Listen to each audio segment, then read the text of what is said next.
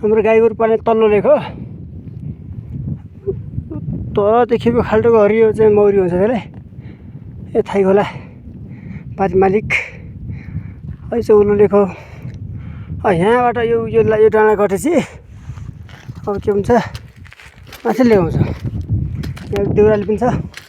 देउरालीमा ढुङ्गा ल्याएको छु सानो चढ्नुपर्छ। थकाइ मर्छ अरे।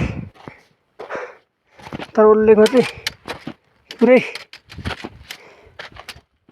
छ। दिदी यहीँ बस्ने अरे। अब घोडा दिएपछि हिउँ चाहिँ हिउँ टन्नकै छ।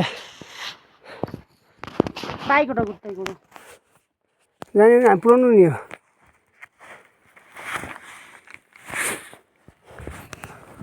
तल त्यही पर ढङ छ। यही ढङ काटेकै पर छ त पर त्यो पर बाटो पर थोक्क पुण्डो लिएर वारीका बुनातिर लैने भए त आनन्द चन्ती खाने। बाइजौ कहाँमा जान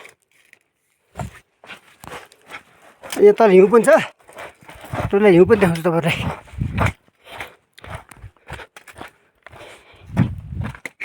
बाटो हेर्नु कस्तो छ पुरो भिरै बाटो। उहाँहरूले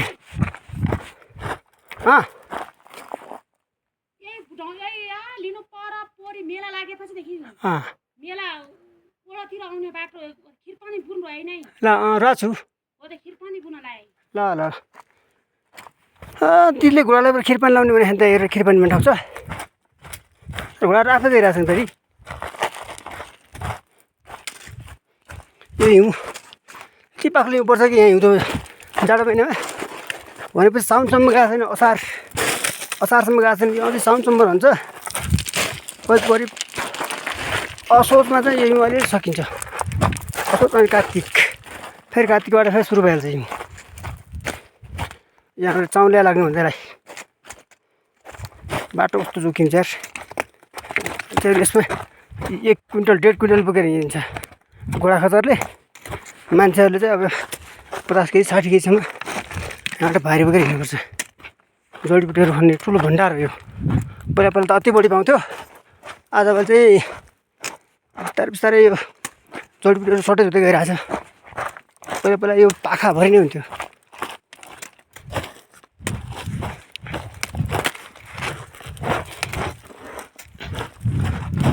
चट्टान हो यो। दिदीहरू माथि बस्नुभएको छ।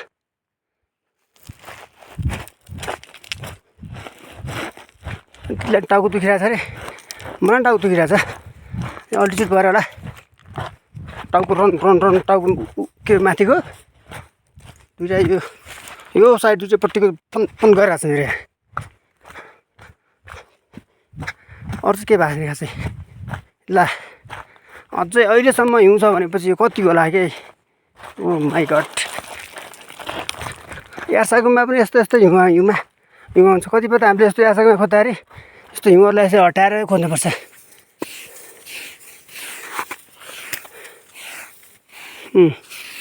भित्र सफा छ फेरि। आकाश झरायो भने त चिसो बहुत रहेछ यार। ठन्डा अहिले खाउँ न। खोकी लाग्छ भने त्यही पनि नखानुपर्ने हो।